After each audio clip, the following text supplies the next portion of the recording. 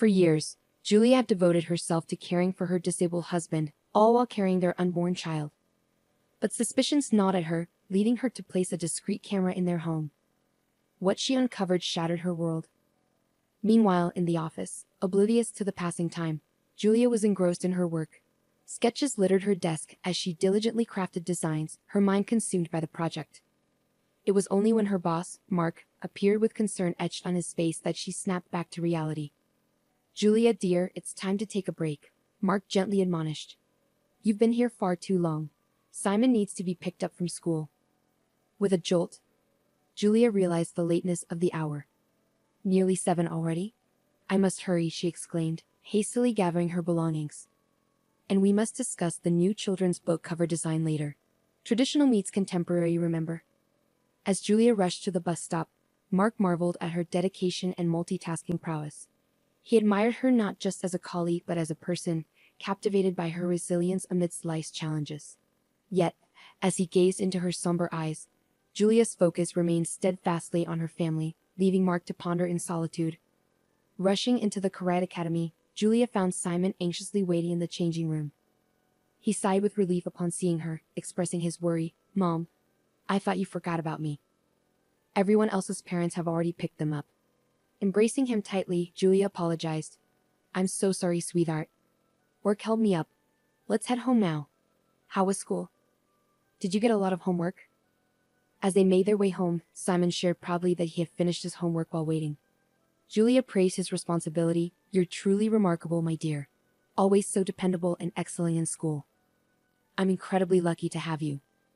Yet, both of them felt the absence of Julia's late husband, Simon's father, whose passing left a void in their lives.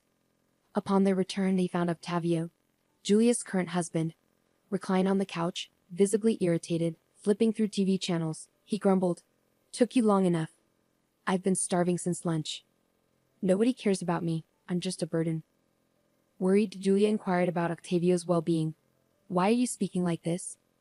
Is your leg bothering you? I'll whip up dinner quickly and prepare a compress for you, I promise."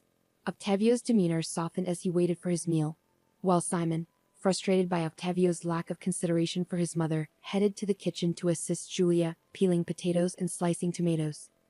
Julia praised her son, grateful for his help. Since Octavio's illness, Julia's life had become an ongoing struggle. Balancing the care of her son, the demands of her job, and the needs of her sick husband left her with no time for herself, perpetually drained and exhausted. In the workplace, Julia commanded deep respect and admiration from her colleagues. Her dedication was unwavering, infused with compassion and boundless enthusiasm. But the roots of her story stretch back much further. Julia, the youngest in her family, faced profound loss early in life. Her parents, aged and frail, departed, leaving her feeling adrift in her spacious apartment bedroom. Yearning for moments shared with her mother, longing for words of encouragement and paternal affection, Julia found herself navigating a world now devoid of their presence. Amidst this tumultuous period, Julia encountered Tony, her first husband. A soldier by profession, Tony's deployments often kept him far from home, punctuated only by brief reprieves. Their love blossomed swiftly, culminating in marriage. Julia stood faithfully by his side, enduring the agonizing stretches of his absence. With the birth of their son Simon, Tony vowed to retire from his perilous occupation. Tragically, that pledge remained unfulfilled. Tony never returned, leaving Julia a widow at the tender age of 25. Though the mornings were fraught with sorrow, Julia found solace in the unwavering love of her son and the refuge of her work. Years later, Julia's path intersected with Octavio, a man of striking contrast to Tony. Secure and charismatic, he courted her with poetic gestures and bouquets of flowers. Unwittingly, Julia found herself falling deeply in love. Octavio proved adept with Simon, and their bond led to marriage, buoyed by Octavio's steadfast insistence. As a builder, Octavio's work often necessitated travel, providing financial stability to their home. However, murmurs of skepticism swirled among Julia's colleagues at the workshop. Rose, a trusted confidant, voiced concerns, questioning the nature of Octavio's frequent absences and the secrecy surrounding his past. Julia, bristling at the insinuations, defended her husband's honor, urging her colleagues to desist from unfounded speculation. "Please stop," she implored. "Octavio has his reasons for guarding his past. It's not for us to pry. He provides for us, and that's all that matters. And rest assured, our family is expanding with the arrival of our new baby. Simon is overjoyed at the prospect of a sibling. However, tragedy befell Octavio during his work at a construction site in a nearby city. A fall from the third-floor scaffolding left him with severe injuries to his leg and ankle. Despite returning home with a cast, his mobility remained compromised long after the accident.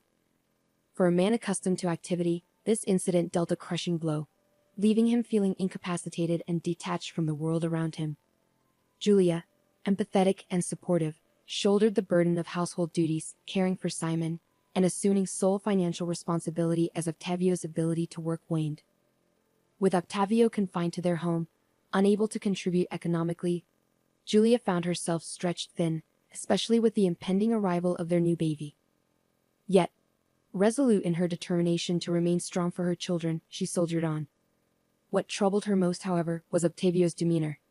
He appeared disengaged, showing little interest in Simon's academic progress or household matters.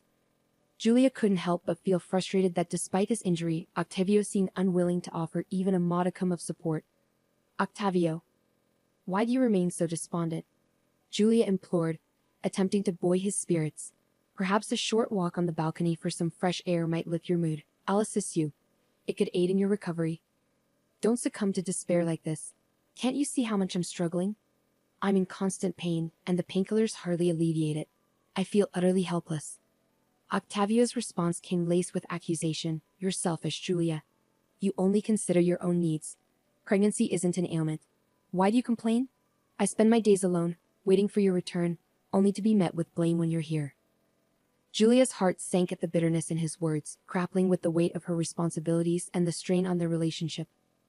A few days later, Octavio stumbled upon an online healer named Camila, boasting quick and effective cures for muscular and bone ailments. Despite Julia's attempts to dissuade him, Octavio remained convinced of the treatment's efficacy. Regular visits from Camila ensued, with Octavio claiming a reduction in his pain. On an ordinary day, Julia returned home earlier than usual due to Simon's illness, finding unfamiliar female footwear in the hallway. Realization dawned swiftly. Camila was in their house. The closed kitchen door piqued Julia's curiosity, prompting her to eavesdrop on Octavio and the supposed healer's conversation. What she heard left her reeling. Octavio's discontent spilled forth as he lamented, "Camila, I can't go on like this. Pretending to be infirm is exhausting. My back aches from lying around all day, and I've even put on weight. When will we rid ourselves of Julia and her son? She's already growing tired of me, but I can't wait to claim this magnificent house as my own." Attempting to assuage Octavio's impatience, Camila cautioned, "Rushing this will only invite suspicion, especially now that Julia's pregnant. We must proceed carefully. You'll need to care for the unborn child to avoid arousing suspicion as a widower. Patience is key. We've narrowly escaped detection before. Obtaining reliable poison is imperative. Administer it gradually in their tea, ensuring their demise appears as severe poisoning. No traces must remain. In a month, they'll be gone, and you'll be free." A shiver raced down Julia's spine as she absorbed the sinister plot unfolding before her. Her colleague's suspicions about Octavio had proven tragically accurate. Her immediate impulse to confront them battled with the need for concrete evidence. She couldn't risk their escape. "He never loved me. Our marriage was a facade," Julia realized bitterly. "His reaction to my pregnancy wasn't joy, it was dread. I've endangered Simon by leaving him in Octavio's care." Desperation and determination warred within her as she silently retreated, bracing herself for the confrontation ahead. Gathering her resolve, Julia burst into the room with calculated force, masking her turmoil with practiced composure. "Hello, I'm back," she announced, steeling herself for the tumultuous ordeal ahead. As Julia stepped into the house, the kitchen door creaked open, revealing the healer. "Good afternoon, Julia. Our session just concluded. Your husband is showing signs of improvement. I'm doing everything in my power to aid his recovery," the healer announced. Julia, though shaken, maintained her facade of composure. "Thank you. I'll settle the payment in 2 days when I receive my salary. We'll settle the fees for both sessions," she replied calmly. With a nod, the healer departed, leaving Julia to confront her husband. Engaging in strained conversation with Octavio, Julia tended to his needs before checking on Simon, citing exhaustion and a throbbing headache. She was appalled by Octavio's deceit and the depths of his betrayal. The following day at work, Julia found herself consumed by distress, retreating to the privacy of the bathroom to weep. Lost in her turmoil, she was approached by Mark, whose concern was palpable. "Julia, forgive me if I'm prying, but something's clearly troubling you." "It pains me to see you like this," he remarked gently. Surprised by Mark's empathy, Julia divulged her harrowing ordeal. With a history of trust between them, she poured out her fears and uncertainties. "I feel trapped, Mark. It's like living with a traitor and a potential murderer. What should I do? How can I seek justice and safeguard Simon and myself?" she implored. Mark's response was resolute. "Julia, we must involve the authorities. I'll reach out to a reliable investigator I know. Share everything with him. He'll provide the assistance you need. Additionally, I have a plan. Discreetly tamper with Octavio's wheelchair, removing the screws, and leave a concealed recording device. If he's feigning his condition, he'll reveal it when the chair collapses. That'll be the evidence we require. I'll coordinate with the police for swift action. Remember, you're not alone in this." Empowered by Mark's support, Julia felt a surge of relief. With guidance from the investigator, her fear abated somewhat. She resolved to meticulously gather evidence against Octavio and the fraudulent healer, heeding the investigator's advice to exercise caution, preparing her own food and drink. Yet, with each encounter with Octavio, her resentment and fury simmered beneath the surface, fueling her determination to expose the truth. That night, Julia meticulously tampered with Octavio's wheelchair, carefully removing the screws and setting up her cell phone to record. As Octavio leaned on the chair, the wheels gave way, causing him to tumble. Swiftly rising to his feet, he attempted to maintain his ruse. Simon, drawn by the commotion, dashed into the room, jubilantly exclaiming, "Uncle Octavio, you're not sick anymore. You're cured. How amazing." Julia's applause was laced with sarcasm as she addressed Octavio. "Indeed, Simon, it appears the healer's sessions are yielding miraculous results. Just look at Octavio's sudden agility. How could you deceive us like this? Why pretend to be ill?" Octavio, caught off guard, feigned discomfort, attempting to salvage his facade. But Julia's patience had worn thin. "Enough of this farce, Octavio. Your deceit is laid bare. There was never any injury, it was all a fabrication." Before Octavio could concoct a response, the doorbell rang. Simon rushed to answer it, ushering in Mark accompanied by a police officer. Informed of the plan, Mark wasted no time in springing into action. Together, they swiftly immobilized Octavio, thwarting any chance of escape. The police officer wasted no time in issuing a stern declaration. "Octavio Martinez, you and your accomplice Lucia, also known as Camila, are under arrest for attempted murder against Julia and Simon. Further investigation has revealed similar schemes in multiple cities, exploiting vulnerable individuals for personal gain. Your malicious intent will not go unpunished." Octavio's protests fell on deaf ears as the investigator intervened, silencing him. "Your theatrics won't save you, Octavio. Julia has provided damning evidence of your fraudulent recovery, and your accomplice has already confessed. Your time for deception is over." Julia, still reeling from the shock, watched as Octavio was escorted away, her heart heavy with the weight of betrayal. As the chaos subsided, Simon approached Mark, displaying a maturity beyond his years, a silent testament to the resilience of youth. "Thank you for helping Mom. Uncle Octavio is bad. I don't like him. He doesn't love Mom or me." "He's not coming back," Simon stated solemnly. Mark replied with equal gravity, "No, Simon, he's not coming back. And I'll be around if you'll have me because your mother needs support now." Simon's innocent smile brightened the room. "Sure, come visit us more often. You're like a movie hero unmasking Uncle Octavio," he quipped. Recognizing the need for privacy, Mark suggested, "How about you watch a cartoon? I need to talk to your mother. It's adult stuff, probably boring for you." Understanding, Simon headed to his room as Mark turned his attention to Julia. He enveloped her in a comforting embrace, his voice gentle. "Don't torment yourself anymore, Julia. It's all over. Octavio and his accomplice will be in prison for a long time." Julia, almost in a daze, murmured, "Why do I have such bad luck? My first husband died. The second was a criminal, and now I'm pregnant with his child. Why can't I find a decent man? Is it me?" Mark's response was steady and reassuring. "Don't you see who's been by your side all these years?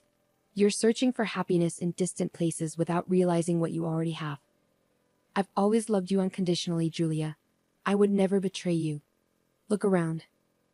I don't want to pressure you, but know that I'm here." Touched by his sincerity, Julia finally allowed herself to trust. She embraced him gratefully. "Thank you for being here, Mark, for everything. I don't know if I can reciprocate your feelings, but I'm willing to get to know you better. And who knows what the future holds." Mark's response was filled with understanding. "Don't worry, I have great admiration for you, and above all, I want to be your friend, someone you can trust. If it doesn't work out romantically, that's okay. But at least let me be there for you. I don't want you to leave my side, Mark. I just need time to process all this. But I definitely want us to get to know each other better," Julia confessed. From that moment on, Julia's life began to take a turn for the better. Despite the challenges of pregnancy and lingering doubts, Mark remained a constant source of support. Their bond deepened, and eventually Julia realized that Mark was the loving and reliable partner she had been searching for. She divorced Octavio and married Mark, finding happiness in the warmth of his love. She had always harbored dreams of a loving family, even though she initially dismissed Mark as merely a man of charming words. However, time proved him to be a steadfast and affectionate partner, both to her and to Simon. Their workshop thrived, and Mark's business ventures occasionally took him away on trips to negotiate clothing sales in other cities. Julia still had a month left until her expected due date, but fate took an unexpected turn one night when her water broke prematurely, triggering early contractions. In a panic, she called for an ambulance, slipping into unconsciousness, barely managing to request her neighbor's assistance in caring for Simon. Rushed to the hospital, Julia's labor unfolded into a nightmarish ordeal, a relentless struggle between consciousness and oblivion. Among the massed medical personnel attending to her, Julia failed to recognize one nurse, Lucia, Octavio's accomplice, who had seized an opportunity for revenge against Julia for thwarting her plans with Octavio. Upon regaining consciousness, Julia's heart sank as she realized the absence of her newborn. Frantically, she demanded answers, her voice a desperate cry echoing through the sterile hospital room. "Where is my son? I need to see my baby. What happened?" Approaching her with a heavy heart, a doctor gently broke the devastating news. "I'm deeply sorry, Julia, but your son didn't survive. The umbilical cord was wrapped around his neck, and despite our best efforts, we couldn't save him. You're young, there will be other opportunities for you to have children." Overwhelmed by grief, Julia buried her face in her hands, her sobs echoing off the stark hospital walls. The doctors intervened, administering sedatives to ease her anguish, yet the pain of losing her child pierced her soul, leaving her shattered and bereft. Upon learning of the tragic loss, Mark hurried to the hospital to offer solace to Julia. She was consumed by inconsolable grief, murmuring through tears, "I would rather have perished than my son. I can't bear to live. Why did this happen to me?" Mark enveloped her in a tender embrace, his touch a feeble attempt to soothe her anguish. "Don't speak like that, Julia. You must stay strong, especially for Simon. He still needs you. Time will ease the pain. I'll be here every step of the way," he assured her gently. As they laid their baby to rest, Julia wept bitterly at the small graveside, grappling with the unbearable reality of their loss. Only Simon's unexpected fortitude and maturity offered her a glimmer of solace, allowing her to navigate the depths of her sorrow. Together, mother and son embarked on the arduous journey of healing. While the memory of their lost child continued to weigh heavily on Julia's heart, 7 years later, their atelier had blossomed into one of the city's most prestigious and sought-after establishments, drawing clientele from far and wide. Working in seamless harmony, Julia and Mark shared an unspoken understanding, their partnership flourishing amidst the creative whirl of their shared passion. Mark and Simon, now a poised 13-year-old, had forged a bond akin to that of father and son. Simon excelled both on the soccer field and in his studies, a testament to his dedication and zest for life. One day, Julia found herself needing to take the subway for an urgent business meeting as their car was undergoing repairs. Along the way, her path intersected with that of a 7-year-old boy, his small frame supported by crutches, his appearance downtrodden and unkempt. Her heart constricted at the sight of him. Moved by compassion, she purchased pastries and hot tea, approaching the boy with a gentle offer. He devoured the food ravenously, nearly choking in his haste. Julia then delicately inquired, "Hello there, little one. What's your name? Why are you here on the streets? What happened to you?" The boy, once he finished eating, responded with a blend of timidity and resilience, "I'm John. I tried to ride a bicycle too big for me, and I ended up falling and injuring my leg. Since then, I had to rely on these crutches to get around. Concern etched across her features. Julia probed further. That sounds serious, John. Haven't your parents taken you to see a doctor? You're so young. Surely there's treatment available. John let out a heavy sigh, his voice tinged with resignation. My mother is always drunk, and I don't even know who my father is. She neglects me, never bothering to seek medical help. She insists it's better for me to beg for money. A wave of sadness and empathy washed over Julia as she wrapped the boy in a comforting embrace, pledging, "Fear not, John. My husband, Mark, and I will find a way to assist you. We'll explore avenues for your treatment." The boy regarded her with a mix of hope and skepticism. "I doubt it will make a difference. My mother prefers me to beg. She doesn't want me to get better," he lamented. Driven by an overwhelming urge to intervene, Julia vowed to John that she would spare no effort in improving his circumstances. Galvanized by her determination and the boy's longing for a brighter future, she offered reassurance. "Let's explore our options, John. Hold on to hope. We'll advocate for you. No child should endure suffering due to their parents' neglect." She swiftly dialed Mark, her voice choked with emotion, and relayed the distressing situation. Mark wasted no time, arriving promptly to lend his ear to John's tale and extend his assistance. Together they resolved to visit the boy's home to confront his mother and gain deeper insight into their predicament. With a touch of apprehension, John guided them to his apartment. As they prepared to depart, Julia took note of John's tattered and soiled attire, declaring, "We'll pick up some fresh clothes for you on our way." Excitedly, John inquired if he should bring anything along. Julia assured him, "No need. We'll take care of everything." Upon reaching the apartment, they were met with a pungent odor of alcohol and tobacco lingering in the air. The apartment lay in disarray, and John's mother lay slumped in a chair, snoring loudly. With a heavy heart, John explained his mother's situation. "She hasn't stirred since last night. She was drinking with some men in the kitchen. It'll be a while before she wakes. When she does, she'll demand money from me, then use it to buy more alcohol and cigarettes. If I don't bring enough, she'll hurl insults at me. Why is she like this? Why does she drink? Why doesn't she love me like other mothers?" Julia and Mark exchanged grim glances, deeply troubled by John's account. However, their resolve remained unyielding as they declared, "We're taking you home, John. Tomorrow, we'll accompany you to see a doctor about your leg, all right?" Leaving a note for John's mother detailing their decision, they ushered him away from the desolate scene. John embraced Julia with heartfelt gratitude, likening her to a fairy from his storybooks. Though touched, Julia's smile was tinged with sorrow as she ran her fingers through the boy's unruly curls. En route, they purchased new attire and backpacks stocked with essentials for John, who expressed profound appreciation and eagerness for a fresh start with them. Arriving home, Julia's thoughts were consumed by caring for the child. After bathing John and examining his leg, they realized the severity of the situation. His limb was visibly misshapen, indicating a grave underlying condition. After a nourishing meal and clad in fresh attire, John drifted into a peaceful slumber, a serene smile gracing his lips. Meanwhile, in the kitchen, Julia, Mark, and Simon convened to address their newfound responsibility.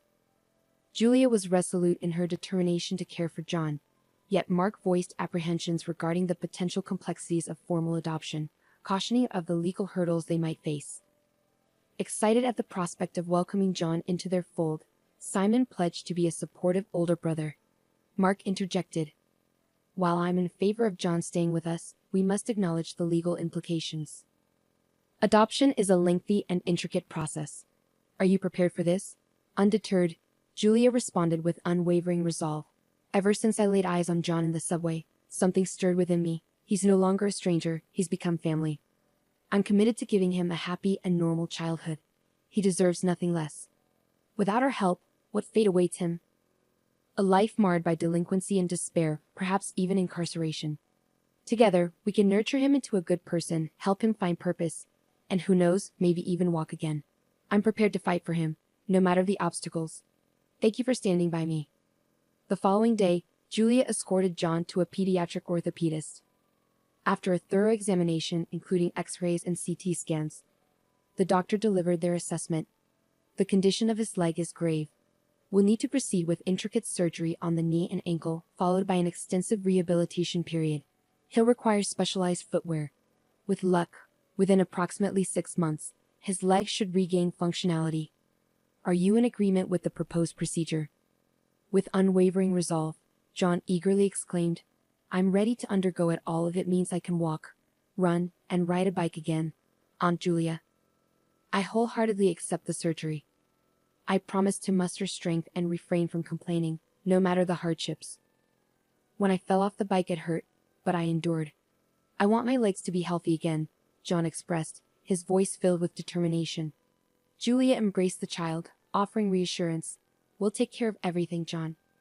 My husband and I will cover the surgery costs. But now, we need to convince your mother to authorize it. Confronting John's mother, Jennifer, proved challenging. They found her inebriated and had to rouse her with cold water. Explaining their intentions amidst her intoxicated state was no easy feat. They discussed the medical consultation and diagnosis, but Jennifer, irate and intoxicated, protested vehemently. Who are you to decide for my son? I'm his mother, and I won't allow you to lay a finger on him. He's my bread and butter. Give him back to me this instant. Attempting to reason with her, Julia pleaded softly, Can't you see? You're consigning John to a life of hardship. Doesn't your son, who struggles to walk, deserve compassion? Have you considered his future? Please let the surgeon intervene. He deserves a chance at a healthy life. Can't you feel anything as a mother? We'll handle all the expenses. We just need your consent. Unmoved, Jennifer retorted, Don't meddle in my affairs. You didn't give birth to him. I said no. If you don't return my son, I'll call the police and accuse you of kidnapping. Fed up, Mark slammed his hand on the table, his frustration evident. Go ahead, call the police. We'll show them the conditions you're subjecting your son to. John will be placed in a shelter and you'll forfeit your parental rights. Sign the consent now. Consider this a wake-up call. Your priority seems to be alcohol. With a pointed gesture, he presented bottles of alcohol alongside some food, silently challenging the negligent mother to reconsider her stance. Jennifer quickly assessed the situation, signing the papers without hesitation, but not without lamenting. Why are you doing this to me? I love my son. We're just going through hard times. I can't find a job. So I drink sometimes to numb the problems. Mark, silently reflecting, thought to himself, children shouldn't have to endure the consequences of their parents' vices. It's unfair. Outside, Julia and Mark breathed a sigh of relief, grateful to have extricated themselves from that tense situation. Almost simultaneously, they voiced their concern. We can't allow John to return to such a toxic environment. It's no place for a child. How he managed to survive there for so long is beyond me. With determination, Julia organized everything for John's surgery, ensuring all necessary tests were conducted. When the doctor requested blood donations from the family, an unexpected discovery surfaced. Julia and John shared the same rare blood type. Perplexed, the doctor inquired, Are you two related? Julia, denying any familial connection, explained John's situation. The doctor proposed a DNA test to confirm any potential relationship while proceeding with surgery preparations, expressing confidence in their likely connection. Sharing the doctor's observations with Mark, Julia contemplated, the doctor might be onto something. Have you noticed their striking resemblance? Perhaps we should compare childhood photos. Intrigued, Mark agreed, it's worth exploring. Let's proceed with the DNA test. Meanwhile, John braced himself for the impending surgery. As John underwent the procedure, Julia, having known him for just 2 weeks, experienced overwhelming concern. She anxiously awaited news, her heart heavy with worry. Finally, the doctor emerged with reassuring updates. The surgery was successful, but the road to recovery would be arduous. In that brief period, Julia and John had forged a bond so deep that they felt like a genuine family. John had become attached to Julia, facing each stage of his treatment with courage and even attempting to lift her spirits with his playful rhymes and wordplay. His recovery journey was not just physical but also emotional, filled with hurdles and moments of revelation. Julia accompanied him through it all, her heart a mixture of anxiety and hope. Witnessing John's resilience during physiotherapy sessions filled her with admiration. He approaches each exercise and procedure with such determination. Even when the pain and exhaustion seemed overwhelming, Julia often remarked, offering him a reassuring smile as she held his hand during their sessions. During this time, Julia couldn't shake off the thought of their shared rare blood type. As they lay in bed at night, she contemplated the possibility of some distant familial connection. Perhaps he's a distant cousin, she mused, attempting to unravel a family mystery she hadn't known existed. Sensing his wife's introspection, Mark inquired, "What's on your mind, Julia?" She sighed softly, responding, "Just pondering the unexpected twists life throws our way, Mark. I never imagined John could be a distant relative." As the day of the DNA test results drew near, Julia's anxiety heightened. Regardless of the outcome, she knew that she and John were already deeply connected. Yet, the prospect of a blood tie stirred a mix of anticipation and apprehension within her. "Regardless of the test, John is a part of our family," she assured Mark and Simon, who nodded in understanding. They were prepared to embrace John as kin, irrespective of the outcome. One day, Mark rushed into the room, visibly agitated, clutching a set of papers. "Julia, you won't believe this. Sit down," he urged, handing her the test results. "John is your biological son, with a 99% probability." Stunned, Julia struggled to comprehend. "But the baby who died at the maternity wasn't my son. My child has been alive all this time, and who was I married to then? How could this have happened?" Overhearing the conversation, John was bewildered by the revelations. "So, you're my real mother?" he asked incredulously. "This is unbelievable. And Jennifer, the woman I thought was my mother, isn't actually my mom." Julia held John tightly, tears streaming down her cheeks. "It seems you are indeed my real son, my dear. I'm overjoyed to have found you alive. They told me you had passed away. Please forgive me, I didn't know. We'll uncover the truth about what happened. I promise I'll never leave you again, my little ray of sunshine." In the subsequent legal proceedings, Julia was officially recognized as John's biological mother, and Jennifer, the neglectful mother, lost her parental rights. When Jennifer realized she would lose her benefits, she suddenly remembered John, begging for him to return, feigning love and longing. However, John remembered the mistreatment and neglect vividly. He was grateful for the love of his new parents, Juliet and Mark, and was determined to bring happiness to their lives. After an extensive investigation, detectives unraveled the mystery behind the disappearance of Julia's son. They discovered that Lucia, in a cruel and desperate act, had swapped Julia's newborn with Jennifer's deceased baby at the hospital. Both women had given birth on the same day, facilitating the malicious exchange. Shocked by this revelation, Julia demanded answers. How is this possible? Why is Lucia not in prison? She should be held accountable, along with Octavio. I need to confront her, look her in the eyes, and ask why she ruined my life and my son's. The detective, with a grave expression, informed her, life has its own way of meting out justice. Lucia is now confined to an asylum, battling a terminal illness. She spends her days alone, without visitors, enduring immense suffering. And to complete the picture, Octavio succumbed to tuberculosis in prison. These words made Julia realize that, in some way, Lucia was already facing the consequences of her actions, isolated and forgotten in her final days. Upon arriving home, Julia was greeted by a heartwarming scene. Simon and John were engrossed in a playful game, while the savory aroma of Mark's tortilla filled the air. Their faces lit up at the sight of her. "Mom, you're back. We missed you. Is everything okay?" "You look a bit worried," John remarked, perceptive to Julia's expression. Seated at the table with her beloved family, Julia opened up about her emotions. "Today, I'm reminded of how incredibly blessed I am. I have 2 amazing sons, a husband who's my rock, and a fulfilling job. I truly feel fortunate." As Mark served dinner, he chimed in, "I'm glad you recognize our blessings. Remember, we're always here for you." The dinner conversation was animated, filled with laughter and dreams for the future. John, now fully integrated into the family, shared in the joy. In their home, where love prevailed, everything felt harmonious. Together, they had weathered storms and overcome obstacles. Now, with the shadows of the past behind them, they looked forward to a future brimming with happiness and unity. Their life, rich with love and companionship, marched onward, leaving darkness behind and paving the way for days of joy and fulfillment. If you enjoyed this story, we'd appreciate a like and a subscribe to our channel. Your support enables us to continue sharing incredible stories almost daily. Don't miss out on the next captivating tale coming your way. Thank you for being a part of our journey. Until next time.